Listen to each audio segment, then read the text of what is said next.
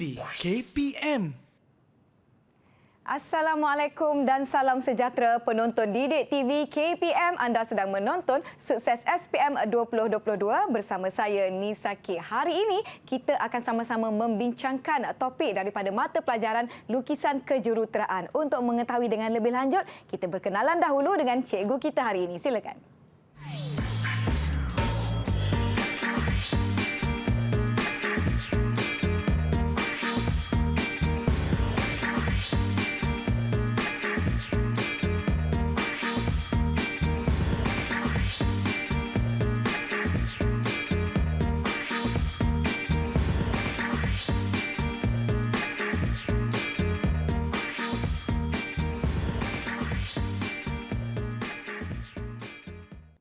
Baiklah murid-murid, jom kita persilakan Cikgu Ahmad Nizam selaku Guru Kanan Lukisan Kejuruteraan dari MRSM Bentong. Selamat datang Cikgu. Terima kasih Nisa. Terima kasih kerana sudi bersama-sama dengan kami dan buat pengetahuan penonton semua. Hari ini kita juga dibantu oleh Juru Bahasa Isyarat iaitu Cikgu Nur Ilda Kamaruzaman dari Sekolah Kebangsaan Pendidikan Khas Selangor. Baiklah murid-murid di rumah semuanya dah bersedia, tetapi Cikgu hari ini apa tajuk yang sama-sama kita nak belajar Cikgu? Hari ini cikgu akan berkongsi bersama murid-murid di rumah topik tingkatan 4, unjuran ortografik dan juga pandangan bantuan. Baiklah, bukan sahaja murid-murid di rumah bersedia, tapi kita ada murid-murid yang nak sertai sekali kelas kita hari ini. Jadi kita persilakan murid-murid kita hari ini datangnya dari MRSM Bentong. Siapa yang ada dengan kita hari ini Cikgu? Okey, hari ini saya memperkenalkan kita ada 3 ekor kumbang dan juga ada bunga seorang kat situ. Ya. Yang paling atas sekali belah kiri ialah Muhammad Amirul Syafizi. Okey, Amirul. high sikit. Baik. Yang sebelah Fizi ada Nur Iman Amani. Hai Iman. Okey, di bawah Iman Amani ada Nik Muhammad Irfan. Hai Irfan. Dan yang terakhir ada Iskandar. Okay, hai Iskandar. Selamat datang. Baiklah, nampaknya mereka semua sudah bersedia Cikgu. Jom kita mulakan kelas kita. Silakan Cikgu. Okey, Assalamualaikum warahmatullahi wabarakatuh. Waalaikumsalam. Okey, pada hari ini cikgu akan mulakan dengan topik unjuran ortografik. Untuk topik unjuran ortografik, cikgu akan bahagikan kepada 2 sesi. Sesi yang pertama, cikgu akan menerangkan mengenai konsep dahululah. Okey, sebelum kita pergi ke segmen yang kedua, contoh. Pelajar perlu menguasai dan juga perlu mahir konsep sebelum pelajar boleh menyelesaikan soalan unjuran ortografik. Baik. Okey, Nisa biasa tak dengar perkataan unjuran ortografik? Unjuran saya tahu, ortografik mungkin sedikit asing pada saya Cikgu. Okey, so sama-samalah kita belajar. Baik. Okey, unjuran ortografik ialah lukisan yang dilihat bersudut tepat 90 degree kepada sesuatu bongkar objek. Okey, maknanya bila bongkar tu berada di depan kita, mata kita dengan sata unjuran utama mesti 90 darjah. Okey, yang kedua, bongkar objek diunjurkan melalui 3 pandangan iaitu pandangan atas, pandangan hadapan dan juga pandangan sisi. Okey, yang berikutnya, permukaan yang selari dengan arah pandangan tidak akan kelihatan. Okey, ini adalah konsep yang perlu dikuasai oleh kesemua para pelajar. Baik. Okey. Unjuran ortografik ada 2 jenis. Yang pertama adalah unjuran sudut pertama. Baik. Okey, kita tengok unjuran sudut pertama. Dia ada 3 pandangan. Pandangan atas, pandangan hadapan dan juga pandangan sisi. Okey. Gambar rajah yang pertama adalah gambar rajah 3 dimensi. Gambar rajah 3 dimensi itu bermaksud bongkar itu dia boleh dilihat dari 3 pandangan lah. Pandangan atas, pandangan hadapan dan juga pandangan sisi. Okey, gambar rajah kedua adalah lukisan yang telah diunjurkan dari segi 3 pandangan. Pandangan sisi, pandangan hadapan dan juga pandangan atas. Okey. Bila kita lihat kepada 2 gambar rajah ni, okey, saya nak minta pandangan daripada murid-murid di atas talian. Baik. Mungkin saya boleh minta pendapat Fizi. Boleh Fizi? Boleh Fizi? Silakan. Okey, Fizi. Jika kamu lihat 2 gambar rajah ni, okey, apa yang boleh kamu simpulkan dari pada unjuran ortografik sudut pertama? Apa yang boleh saya simpulkan Cikgu? Apa yang boleh saya nampak dekat yang sudut pertama ni, dia punya ada garisan 45 degree dekat bahagian bawah kiri. Okey. Baik, lagi? Atas pada sudut tu ada pandangan sisi, sebelah kanan ada pandangan hadapan, dan bawah pandangan hadapan ada pandangan atas. Okey, terima kasih Fizi. Okey, tepat sekali. Okey, kedudukan pandangan hadapan berada di sebelah atas yang selari dengan pandangan sisi, manakala bagi pandangan atas berada di bawah kedudukan pandangan hadapan. Nisa rasa pelik tak? Kenapa pandangan atas? Selalu kalau pandangan atas, kita tengok daripada atas. Betul. Tapi bila dia unjurkan kepada unjuran ortografi, kenapa pandangan atas tu dia berada di bawah? Rasa macam pandangan hadapan pun ya juga, cikgu. Ya. Sedikit kekeliruan di Okey, situ. itu adalah unjuran sudut pertama. Sekarang kita tengok pula unjuran sudut ketiga. Unjuran sudut ketiga ni adalah unjuran yang biasa kita pakai sekarang. Sekarang kita dah tak pakai unjuran sudut pertama. Kita guna unjuran sudut ketiga. Okey. Daripada unjuran sudut ketiga ni, saya nak minta pendapat pelajar seorang lagi. Baik. Okey, saya nak minta pendapat Iman lah. Okey, Iman Amani. Apa yang boleh kamu lihat daripada unjuran ortografik sudut ketiga? Kalau untuk sudut ketiga, dia punya 45 darjah dia duduk dekat belah atas. Baik. Sebelah dia ada pandangan atas dan bawah hadapan dan juga sisi tu duduk selari. Okey, terima kasih Iman. Okey, tepat sekali. Okey, kalau unjuran sudut ketiga, Baik. apa yang kita lihat daripada pandangan atas, dia akan berada di atas. Okey, dia akan berada di atas.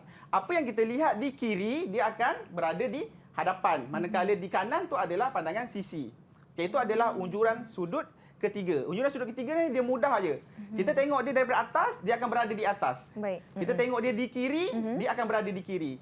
Kita lihat dia di kanan, dia akan ada di kanan.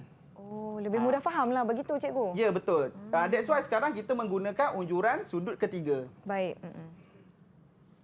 Okey, ini adalah simbol unjuran sudut ketiga dan juga simbol unjuran sudut pertama. Okey, sekarang kita tengok pula 4 jenis permukaan bongkah yang akan ditanya dalam soalan unjuran ortografik. Okey, yang pertama ialah bongkah muka rata ataupun bongkah yang muka lurus lah. Okey, kalau kita perhatikan setiap muka A, B, C, D, E, F dan G semuanya permukaan rata. Ya. Permukaan rata tu maksudnya dia sudutnya adalah 90 degree. Baik. Bila kita lihat daripada atas, contoh kalau kita lihat daripada atas, daripada arah pandangan mata kita dan juga daripada muka A, dia bersudut 90 darjah. Baik. Okey. Yang kedua, bongkah permukaan condong. Okey, bongkah permukaan condong. Okey, bongkah permukaan condong maksudnya bila kita lihat daripada satah unjuran utama, Baik. dia tidak berada 90 degree dengan satah. Contoh macam ni kan. Kalau cikgu tengok daripada pandangan atas, Baik. tengok daripada pandangan atas, H dan juga D dia tidak berada 90 degree dengan arah mata. Maknanya ini adalah bongkah permukaan condong. Okey, yang berikutnya ialah bongkah permukaan lengkung, permukaan oblik dan juga bongkah permukaan pelbagai. Baik. Okey, bongkah permukaan pelbagai ni, kalau kita tengok dia ada bongkah permukaan lurus, dia adalah bongkah permukaan lurus. Baik. Dia ada K. K adalah bongkah permukaan lengkung dan juga dia ada B. Bongkah permukaan oblik. Dalam satu soalan, dia ada semua permukaan lah. Baik. Okay, so pelajar perlu tahu untuk permukaan pelbagai sebab kebanyakan soalan dia akan bertanya tentang keseluruhan permukaan. Baik. Okey. Okey, sekarang kita pergi kepada unjuran sudut ketiga. Baik. Okey. Unjuran sudut ketiga, kalau kita tengok pandangan hadapan dia boleh berada di kiri ataupun dia boleh berada di kanan. Manakala pandangan sisi dia boleh berada di kiri ataupun dia boleh berada di kanan. Maksudnya begini. Kalau cikgu lukis macam ni, okey, ini adalah sudut ni adalah paksi unjuran. Ya. Okey, dah ada macam nilah. Kiri dan juga kanan. So 45 kat sini. Okey, yang ini pula. Dia ada segi 4 sini. Baik. Okey, sekarang ni dia boleh jadi macam ni. Oh. Okey. Kalau 45-nya berada di kiri, maknanya ini adalah atas. So ini adalah atas. Dia boleh ada dua keadaan lah. Baik. Yang ini boleh diterima, yang ini pun masih boleh diterima. Dia yang penting, pandangan atas dia mesti berada di atas. Baik. Dia tak boleh pandang atas, tiba-tiba dia ada kat bawah pula. Itu tak boleh lah. Okey. Pandangan atas mesti berada di atas. Baiklah, sebelum kita teruskan lagi perbincangan kita akan berehat seketika. Jangan ke mana-mana, kembali selepas ini di Sukses SPM 2022. Didik TV KPM.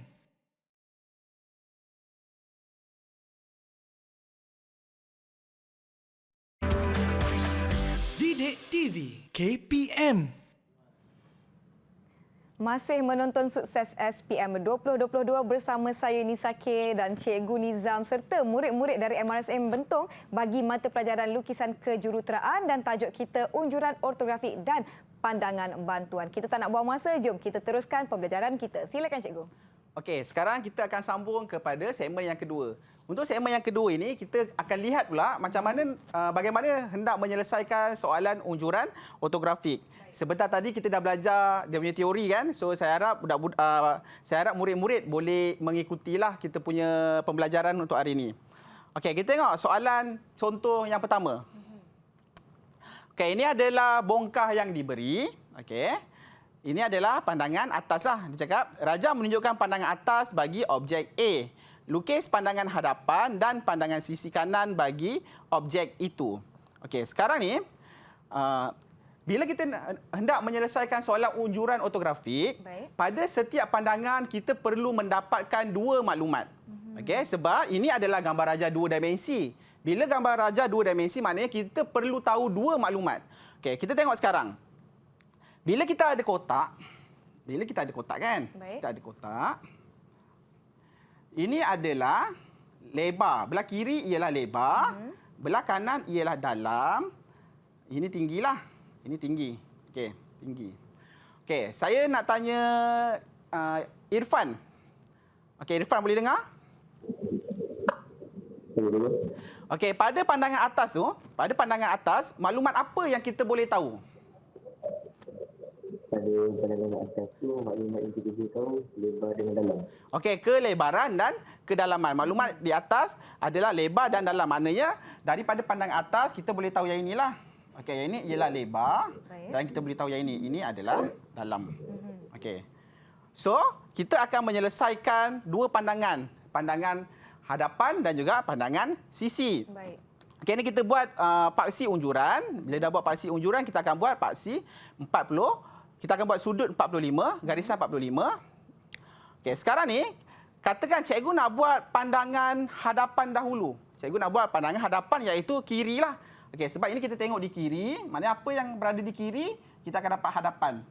Pandangan hadapan akan berada di kiri.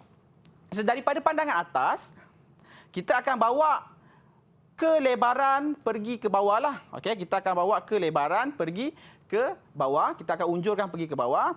Okey, bila nak dapatkan pandangan hadapan, kita perlu tahu dua maklumat. Baik. Yang pertama, maklumat lebar. Yang kedua, kita perlu tahu maklumat tinggi. Maklumat lebar kita boleh perolehi daripada pandangan atas. Okay, sebab tadi Irfan ada cakap ini adalah lebar. Okey. So bila kita unjurkan ke bawah, ini akan dapat lebar. Okey. Baik. Lagi satu, kita perlu dapatkan maklumat tinggi untuk menyelesaikan pandangan hadapan. So maklumat tinggi itu kita boleh perolehi daripada bongkar. Kita boleh memperolehi daripada bongkar bantuan. Baik. Kalau murid-murid perhatikan, pada bongkar bantuan, dia dah bagi dah 61, dia punya tinggi 34 dan juga 18. Baik. So kita menggunakan dua maklumat tersebut untuk menyelesaikan pandangan hadapan. Okey. So sekarang cikgu akan buat ni. Okey, pelajar perhatikan ini. Okey, ini adalah muka yang pertama. Okey, muka yang pertama kita tengok dia punya lebar ambil daripada pandangan atas. Okey, tinggi kita tanda 34. Okey, yang ini ialah 34 lah. Itu adalah 34 berdasarkan gambar rajah, berdasarkan bongkar bantuan. Okey, next kita tengok yang atas. Sama juga, yang atas ketinggian itu, ketinggian dia akan ambil daripada bongkar bantuan 61. Dia akan ambil 61. Manakala lebar daripada pandangan atas, dia akan ambil lebar yang inilah. Lebar yang ini dia sama lebar. Okey, dia sama lebar. Okey, lagi satu, pelajar perlu kuasai ialah jika muka condong, ini muka condong. Okey, ini ialah muka condong. Bila muka condong, kita pandang di hadapan, permukaan condong itu dia akan nampak tegak. Kita akan bawa dia pergi ke satah unjuran utama. Okey. That's why kita tak nampak condonglah kat sini, kita akan nampak bentuk L kat situ. Okey. Okey, so kita dah siap pandangan hadapan. Sekarang kita tengok pada pandangan sisi pula. Okey, pada pandangan sisi kita perlu dapatkan maklumat dalam dan juga maklumat tinggi. So senanglah untuk dapatkan pandangan sisi kerana dalam kita dah ada dah. Dalam dia akan ambil ukuran pada pandangan atas. Ini dalam. Ini dalam lah. Dalam dia akan ambil ukuran pada pandangan atas. Manakala tinggi dia akan ambil ukuran daripada pandangan hadapan. Dia dah tak perlu lagi refer kepada gambar bongkar. Kerana tinggi kita dah dapat dah dekat pandangan hadapan tu. Okey, pandangan hadapan tu kita dah dapat tinggi. So kita hanya unjurkan lebar. Unjurkan dalam. Unjurkan dalam, kedalaman. Lepas tu unjurkan ketinggian. Okey. Ini dia unjurkan ketinggian. So bila dah unjurkan ketinggian, kita kena cari dua garisan yang bersilang. Okey, so dia sebenarnya dua tangan yang bergerak bersamalah. Contoh titik ni. Dia akan bergerak bersama. Dia akan berjalan. Lepas tu buat turun. Titik ni nanti dia akan berjalan. Okay? Dia akan berjalan bersamalah. So kita dapatlah selesaikan masalah tu.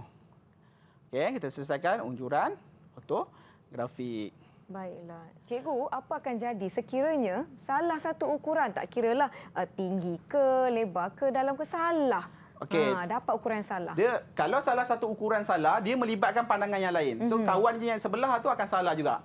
Okey, maknanya kalau dia contoh dia salah tinggi, maknanya gambar rajah ni kan, dia dapat pendek lah sebab tinggi dia salah kan. Dia dapat lebih pendek, tetapi lebarnya betul ke tak? Dia akan jadi rasa lebar betul ke tak? salah. Sepatutnya lebarnya betul lah sebab dia cuma salah tinggi je. Dia cuma dipendekkan. Tapi kegemukan dia sama. Faham. Baik. Orang tu dia sama gemuk, cuma pendek dengan rendah aja. Okey, macam tu. Dia cuma salah pada ketinggian sahaja. Kelebaran tu ataupun kedalaman dia still betul. Okey, yang berikutnya, ini yang penting. Ini yang selalu pelajar salah. Okey. Selalu murid-murid salah. Sebab apa? Kerana murid-murid dia tidak dapat membina lengkung. Okey, dia tidak dapat membina lengkung ni. Baik. Okey, lengkung ini harus dibina dengan 5 titik. Okey.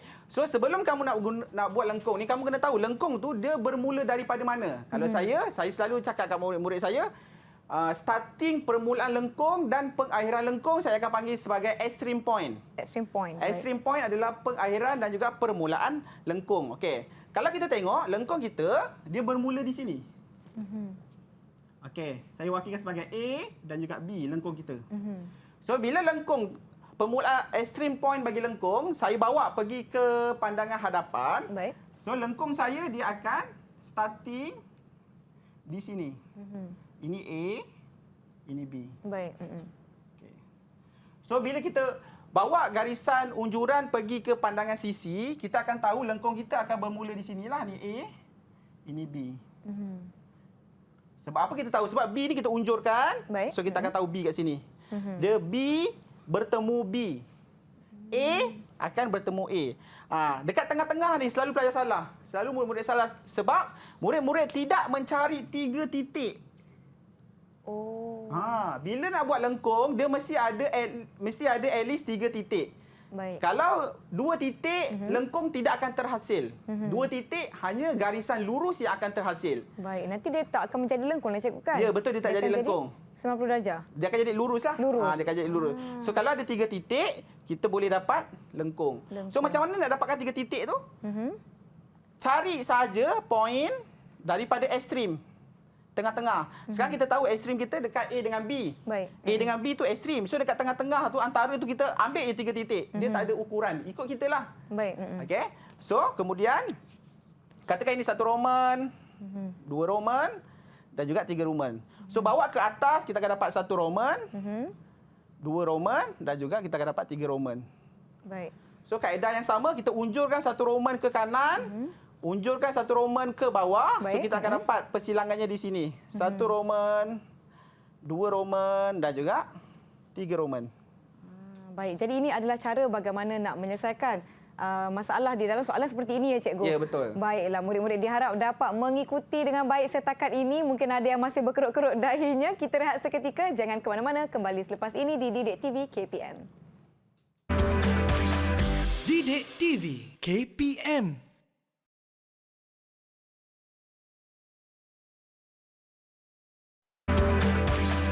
Didik TV KPM.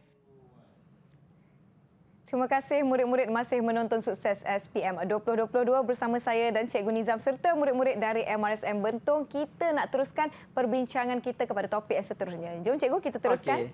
Okey, sekarang kita proceed kepada topik yang kedua iaitu pandangan tambahan. Baik. Okey, pandangan tambahan ni dia sebenarnya dia ada kaitanlah antara unjuran ortografik. Kita perlukan kemahiran dalam menjawab unjuran ortografik untuk menyelesaikan soalan pandangan tambahan. Baik. Okey, apa yang dimaksudkan dengan pandangan tambahan? Okey, pandangan tambahan ataupun pandangan bantuan merupakan lukisan yang dilihat iaitu mata bersudut tepat 90 degree pada satah yang condong. Okey, pada satah yang condong. Okey, yang kedua, saiz dan bentuk sebenar sesuatu permukaan objek dapat ditunjukkan pada lukisan ortografik. Okey. Jika permukaan objek tersebut berada selari dengan satah unjuran utama. Yang ketiga, pandangan tambahan dibentuk melalui satah tambahan yang diunjurkan selari dengan permukaan yang condong. Dan yang terakhir ialah saiz dan bentuk sebenar sesuatu permukaan objek dapat ditunjukkan pada pandangan bantuan bagi permukaan yang condong iaitu permukaan yang selari dengan satah unjuran utama. Baik. Okey, kita tengok contoh. Okey, ini. Pandangan tambahan dia ada 3 jenis. Okey, yang pertama adalah pandangan tambahan ketinggian. Okey, kita tengok. Okey, kita tengok.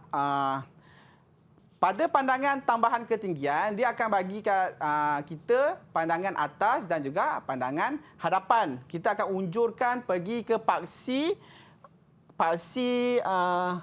XY lah, paksi unjuran paksi utama pandangan tambahan. Baik. Daripada pandangan atas bagi permukaan yang condong. Okey, bagi permukaan yang condong. Okey, saya nak tanya Iskandar. Okey, Iskandar. Jika perhatikan pada gambar raja, okey, pandangan atas tu, maklumat yang kita tahu pada pandangan atas ialah maklumat apa? Maklumat dalam dan lebar. Okey, dalam dan lebar. Yang kita tak tahu apa? Tinggi. Okey, yang kita tak tahu tinggi. Bermaksud kita perlu pindahkan ukuran tinggi. Maknanya kita perlu pindahkan ukuran tinggi dan ini adalah pandangan tambahan ketinggian. Okey, pandangan tambahan ketinggian kita perlu memindahkan ukuran ketinggian pada satah rujukan. Okey, Iskandar. Ketinggian berada pada pandangan mana? Pada pandangan hadapan. Okey, so pada pandangan hadapan ada tinggi. Okey, pada pandangan hadapan ada tinggi. Maksudnya kita perlu pindahkan ukuran ini, tinggi ini bawa ke sini. So ini akan jadi tinggi. Baik. Okay, ini adalah pandangan tambahan ketinggian. Okey, yang berikutnya adalah pandangan tambahan kedalaman. Okey. Baik. So kita akan unjurkan garisan permukaan yang condong ni lah. Kita akan unjurkan permukaan yang condong pada satah rujukan. Okey. BC ni ialah satah rujukan. Kita akan unjurkan kepada satah rujukan. Tapi kita nak tahu kita nak pindahkan apa ni? Okey. Untuk soalan ini kita nak pindahkan kedalaman kerana pada pandangan hadapan kita hanya tahu maklumat tinggi dan juga kita tahu maklumat lebar. Kita tidak tahu maklumat dalam. Bermaksud kedalaman itu yang perlu dipindahkan pada satah rujukan. Okey. Untuk kedalaman, memindahkan ukuran kedalaman pada satah rujukan. Okey. Yang berikutnya ialah pandangan tambahan kelebaran. Untuk pandangan tambahan kelebaran, kalau kita perhatikan dia akan memindahkan dia akan buat garisan unjuran kepada satah rujukan. Baik. Garisan unjuran itu daripada muka yang condong lah. Muka yang condong, dia bawa ke satah rujukan. Ini satah rujukan. Okey, kemudian kita perhatikan. SATA dekat permukaan yang condong ni, kita hanya tahu maklumat dalam dan juga maklumat tinggi. Tetapi maklumat lebar kita tak tahu. Maklumat lebar dia berada di pandangan hadapan. So lebar ni yang perlu kita pindahkan. Okay? That's why kita namakan dia sebagai pandangan tambahan kelebaran. Baik. Okey, pandangan tambahan kelebaran memindahkan ukuran kelebaran pada SATA rujukan. Okey. Okey, sekarang kita tengok contoh soalan lah. Okey. Kebiasaannya soalan pandangan tambahan ni adalah bukan soalan favourite pelajar lah.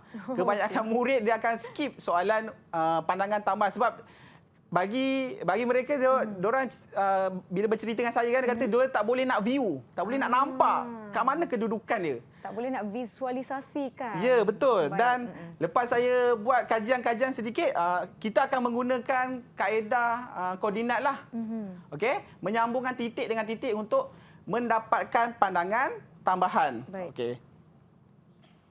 Okey, so sekarang cakap kita tengok soalan, Raja menunjukkan dua pandangan bagi sebuah objek. Unjurkan pandangan tambahan pada SATA rujukan X1, Y1. Semua butiran terlindung tidak perlu ditunjukkan. Okey, sekarang ni saya nak tanya Fizi. There you go. Okey, Fizi. Pada muka condong pada pandangan mana yang perlu unjurkan ke SATA rujukan? Pada pandangan atas. Okey. So Fizi cakap kita akan bawa ni. Yang ini yang kita akan unjurkan pergi ke SATA rujukan. Okey, Fizi, ini pandangan tambahan jenis apa?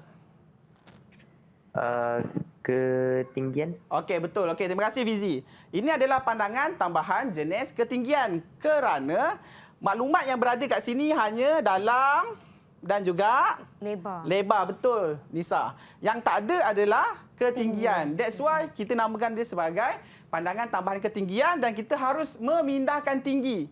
Okey, sekarang saya nak tanya Nisa pula. Ya. Tinggi berada pada pandangan mana Nisa? Tinggi pandangan hadapan. Okey, betul. Okey, Betul. tahniah Nisa. Okey, tinggi akan berada pada pandangan hadapan. So makna kita akan tandakan tinggi dahulu. Baik. Okey, boleh nampak tak? Okey, so ini adalah tinggi lah. Kan, tadi saya dah ajarkan ini tinggi. Maknanya kita akan marking dahulu. 1, 2, 3. Dia akan ada 3 ketinggian. Dan ketinggian ini kita perlu bawa dia pergi ke SATA rujukan. Okey. Kita akan bawa dia pergi SATA rujukan. So kita akan tanda lah. 1, 2, 3. Kita akan tanda. Okey. Okey, nak tanda ketinggian ni, kalau dulu kebanyakan murid dia akan pakai jangka lukis, dia akan ambil ukuran. Ya. Pindah, buka jangka lukis kita, dia ambil 1, dia pindah sini. Dia buka lagi 2 ke 3, dia pindah sini. Okey, tapi saya tak, mungkin waktu terlalu kita buang masa macam tu kan. Saya selalu ajar murid saya, Baik. kita ambil piece of paper lah. Kita ambil paper, kita letak paper kita kat sini, so kita tick je dekat paper kita. Lepas tu pindahkan balik paper kita kat sini, lepas tu kita tick balik. Walaupun soalan tu ada lebih daripada 5 ketinggian, dengan petik jari je kita boleh tanda ketinggian itu pada SATA rujukan. Baik. Okey. So kita akan tanda tinggi. Dah tanda tinggi pada pandangan hadapan, kita akan bawa pergi ke pandangan pergi ke SATA rujukan lah. Okey, kemudian kita akan labelkan setiap titik pada bongkar dan juga pada dua pandangan. Okey, pandangan atas dan pandangan hadapan dan juga pada bongkar bantuan tu kita akan labelkan setiap titik tu. Baik. Okey, labelkan setiap titik. Okey. So bahagian ini yang menarik. Kita akan unjurkan setiap bucu pada pandangan atas. Okey, next kita akan pakai kaedah koordinat. Okey, sekarang kita tengok. Okey. Pada garisan ketinggian 1 ada huruf apa? Nisa rasa ada huruf apa Nisa? M. Okey, pada ketinggian 1 dia ada huruf M. Bermakna pada ketinggian 1 ini kita akan tandakan M. M kita akan berada kat sini. Baik. Okey, so makna pada ketinggian 1 ada M. Okey. Kemudian ada M dan L, ada dua kat situ. ML. Ada M dan L. Okey. Macam mana saya tahu M dan L tu dia bersambung? Kita akan tengok pada bongkar. Okey, pada bongkar M dan L tu dia bersambung. Dia ada garis. So kita garis je. Okey. Yang kedua, kita tengok pula pada nombor 2 ni. Pada nombor 2, dia ada huruf apa? Dia ada huruf H, I, G, J, K, F dengan E. Betul? Baik. So bermakna dekat nombor 2 ni nanti dia mesti ada semua huruf ni. Semua huruf ni. Dia ada I, G, J, F, K, E. Then macam mana cikgu nak sambung? Kita akan tengok pada bongkar. Kalau pada bongkar, M dia sambung kepada I. So makna kita akan sambunglah. M nanti dia akan sambung kepada I. M sambung kepada I. H sambung kepada I. Macam mana dia nak sambung?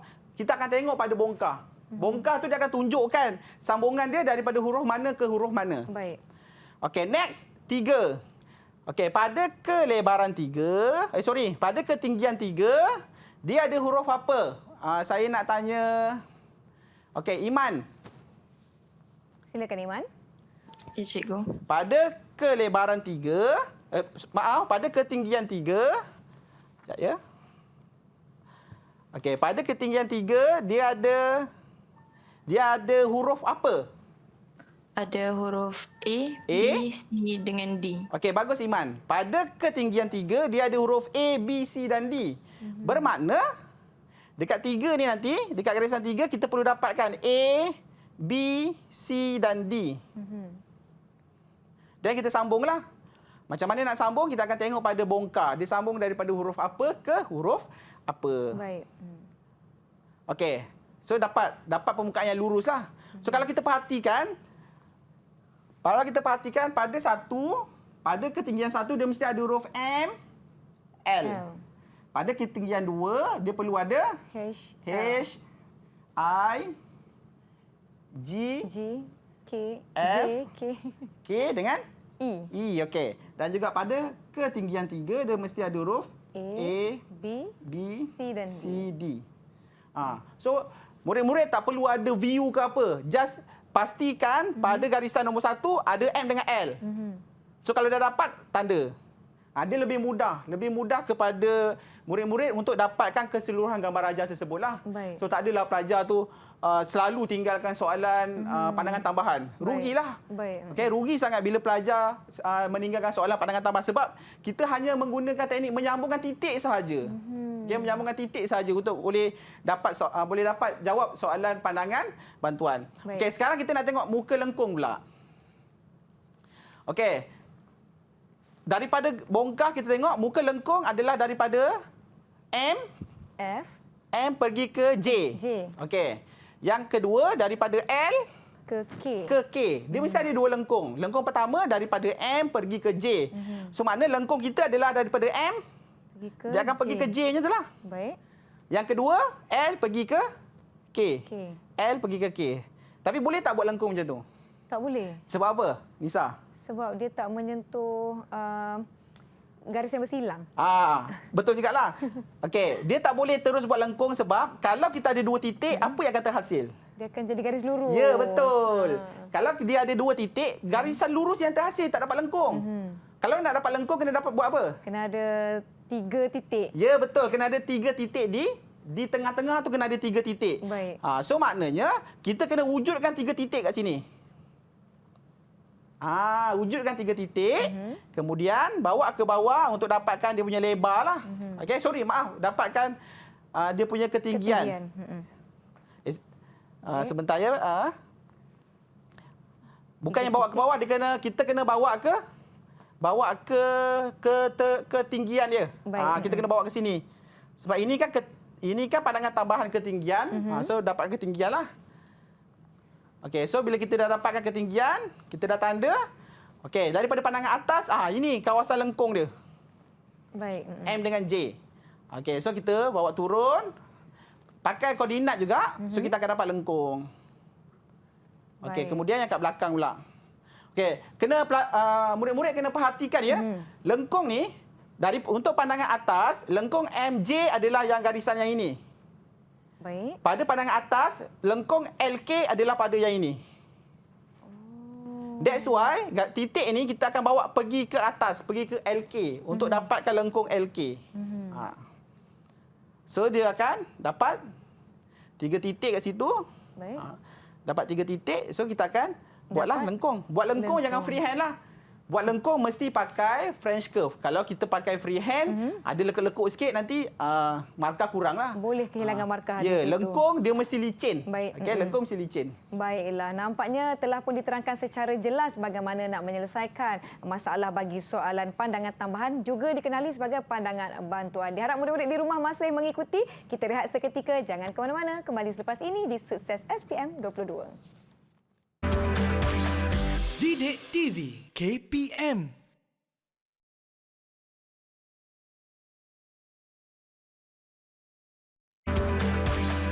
Didik TV KPM.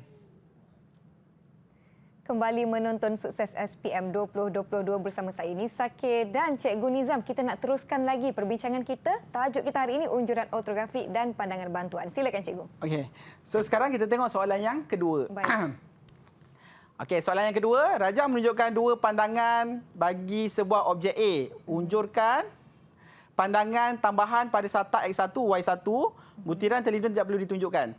Okey, murid-murid saya di talian, perhatikan soalan ni.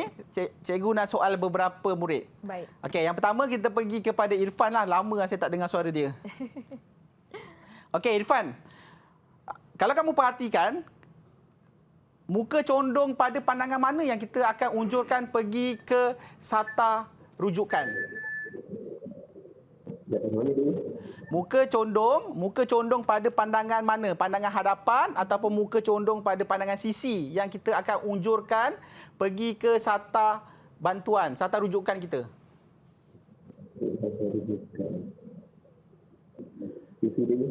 Muka condong pada pandangan. Okey, kita nak unjurkan muka condong pada ini ataupun yang ini? Pada pandangan hadapan ataupun pada pandangan sisi kanan? Perhati. Okey. Kawan-kawan lain dah senyum dah tu. Ada yang nak bantu? Okey, ada yang nak bantu? Mungkin boleh bantu. Pandangan sisi tu. Okey, pandangan sisi. Okey, terima kasih Fizi. So, kita akan unjurkan pada pandangan sisi. Okey, Fizi. Dah alang-alang awak jawab tu, cikgu nak tanyalah. Okey, ini pandangan bantuan jenis apa ni? Kedalaman. Kedalaman pasti? Kelebaran. Okey, sekarang ini Dia tukar jawapan dia, Cikgu. dia tukar dah. Dia tak pasti. Ini tinggi. Yang ini apa? Belah kanan apa selalu Fizi? Kedalaman. Belah kanan dalam. So maklumat yang tak ada adalah Lebar. lebar. Lebar. Maklumat lebar yang tak ada. So mana ini adalah jenis kelebaran. Baik. Okey. Kelebaran kita dapat daripada mana Fizi? Pandangan hadapan. Okey, kelebaran kita akan dapat daripada pandangan hadapan. So cikgu akan tandakan kelebaran pada setiap bucu. Kalau pelajar tengok, ini ada lebar dia lah. Ini lebar kan? Ini lebar.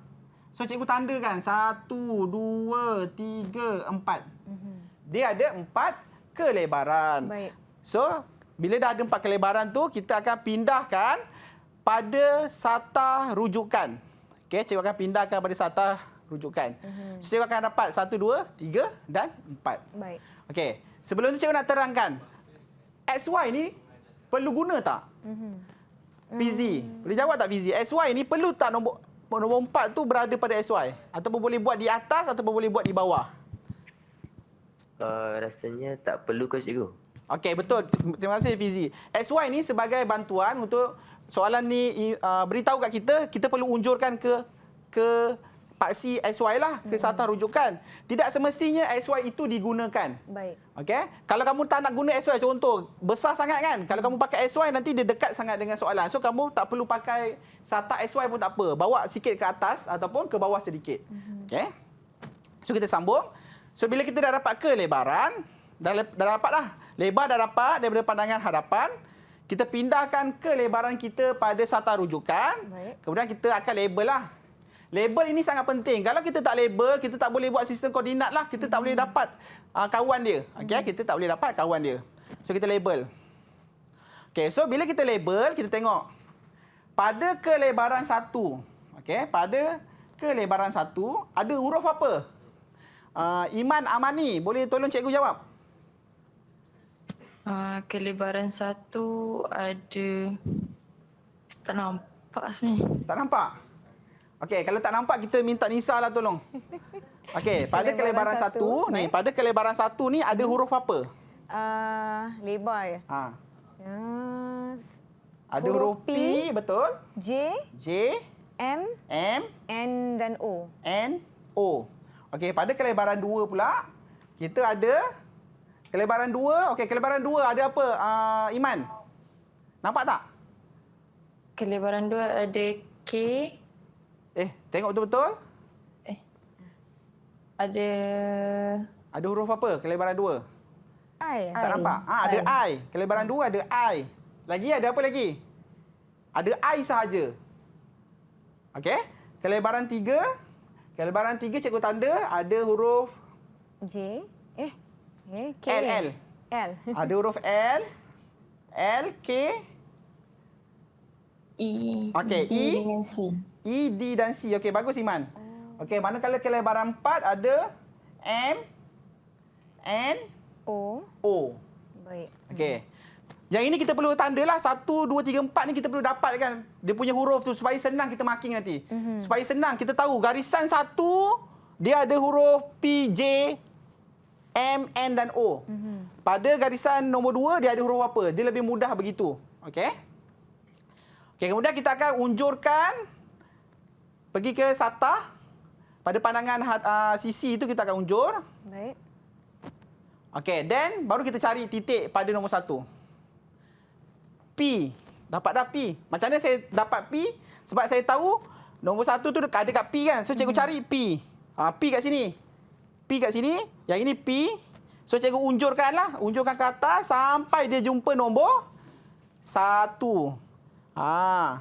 Kenapa dia perlu jumpa nombor 1? Sebab P tu berada dekat nombor 1. Baik. Okey, kemudian cikgu cari pula J. Okey, kat sini mana J? J yang ini kan? Ini J. So cikgu akan gerak naik. So cikgu akan dapat J. J cikgu kat situ. Baik. Okey, kemudian M pula. Itulah. Baik. Oh, ni salah lah ni. Salah. Sepatutnya P, J, H, A dan B. Baik. Okey, dekat nombor 1 ni ya. Okey, dekat kelebaran 1 ada huruf P, J, H, A dan B. Mana kelebaran 1 ada huruf P, J, H, A dan B. Salahlah jawapan saya tadi sebenarnya. Salah lah. Okey, tak apa. Sebelum ni dah betul kan? Baik. Okey, sekarang kita sambungkan. Macam cikgu explain sebelum tadi. Nak sambung, just tengok pada bongkar. Tengok pada bongkar. P dengan J, dia sambung. So, kita sambunglah. Kemudian, J dengan H. J dengan H, dia sambung kan? So, kita sambung je. Sambung. Sambung. Baik. So, lepas tu kita pergilah pula kepada nombor 2. Nombor 2 ada I sahaja. I. Nombor 2 ada I je. So, I ni dia sambung ke mana? I tak sambung ke U. I and U cannot together. Dia sambung dengan H, cikgu. Ya, betul. I dia akan sambung ke H. Kalau kita tengok, I dia akan sambung ke H. Baik. Okey, nombor 2 dah settle. So, kita pergi pula nombor 3. So, dapatkan semua titik-titik tu. Saya rasa tak ada masalah kalau kamu dah pakai kaedah ni. Memang tak jadi masalah. Dia lebih mudah lah. Baik. Okey, so kita sambungkan. Cuma jangan salah tengok lah. Jangan salah sambung. Kalau salah sambung tu, cikgu tak boleh nak tolong lah. Kalau kita salah label huruf, macam saya buat awal tadi, maknanya akan jadi lain. Dia akan pandangan jadi tambahan efek. kita. Ya, betul. Baik. Kedudukan dia salah lah. Tempat tu jadi salah. Nanti pandangan tambahan jadi bentuk lain, cikgu, daripada bongkar. Betul tu. Okey, so nombor 4 pun sama juga. Ada MN dan O. So kita sambung. Okey, sekarang kita tengok macam mana nak buat lengkung pula. Okey, sekarang lengkung ni kalau perhatikan dia ada 2 lengkung. Okey, saya nak tanya siapa? Nak tanya Iskandar. Ya, saya. Okey. Daripada bongkar tu, kalau kamu tengok daripada bongkar, lengkung di depan itu ekstrim dia di mana? Extreme point. Ekstrim point lengkung di depan. Extreme point lengkung. M. M, betul? Ke mana? Dia ada 2 lengkung. Lengkung pertama, Lengkung pertama M ke mana? M ke E. Okey, good. M ke E. Bagus, Iskandar. Yang kedua, lengkung kedua daripada mana? E ke N. Okey, lengkung kedua daripada? E ke N. Dia bukan... Saya rasa daripada I. Okey, I ke M. salah. M ke I. Tak nampak sangat tadi. Okey, tak apa. Lengkung kedua daripada N Ke I. ke I. Okey, bagus. Terima kasih Iskandar. So, bila nak buat lengkung, murid perlu tahu extreme point dia. Kalau murid tak tahu extreme point, nanti lengkung tu dia akan berapu-rapu lah, kucak-kacir nanti dia akan pergi. Baik. Okey. At least bila dia tahu lengkung tu, nanti dia boleh carilah titik tengah. Okey. So, sekarang cikgu akan bahagi lengkung tu kepada 3 bahagian. Okey, kalau pelajar tengoklah. 1, 2, 3. Lengkung itu cikgu dah bahagikan kepada 3 bahagian. Baik. So, cikgu akan tanda kelebaran dia. Cikgu akan tanda kelebaran lengkung tu. 1, 2 dan 3.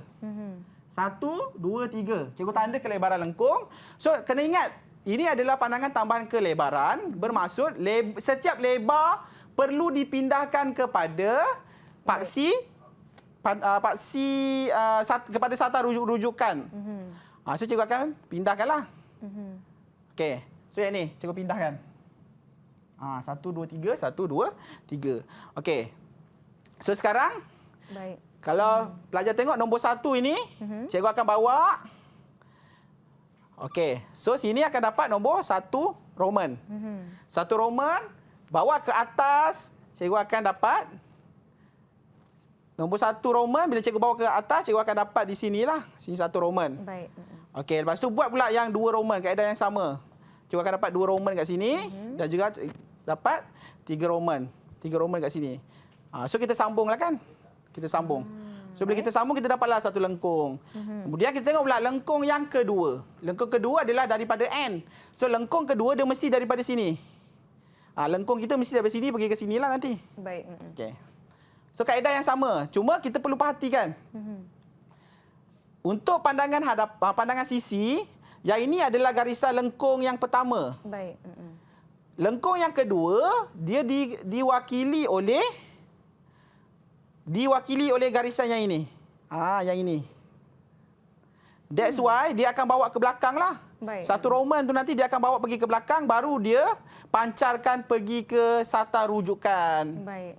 So, dia akan dapat 1 Roman, 2 Roman dan 3 Roman. Tapi cikgu, macam mana kita nak tahu wujudnya 2 lengkung dalam pandangan bantuan kita? Kita boleh tahu wujudnya 2 lengkung apabila dekat sesuatu pandangan, lengkung itu diwakili oleh 2 garisan yang berbeza. Contoh macam ni kan, kita ada 2 lengkung kan. Okey. Lengkung pertama diwakili oleh garisan condong yang ini. Ini lengkung pertama. Baik. Ini lengkung pertama diwakili oleh satu garisan. Lengkung kedua dia diwakili oleh garisan yang ini. Baik. Dia kalau 2 lengkung jadi satu apabila dia berkongsi garisan lengkung tu. Contoh yang ini dia tak ada ni.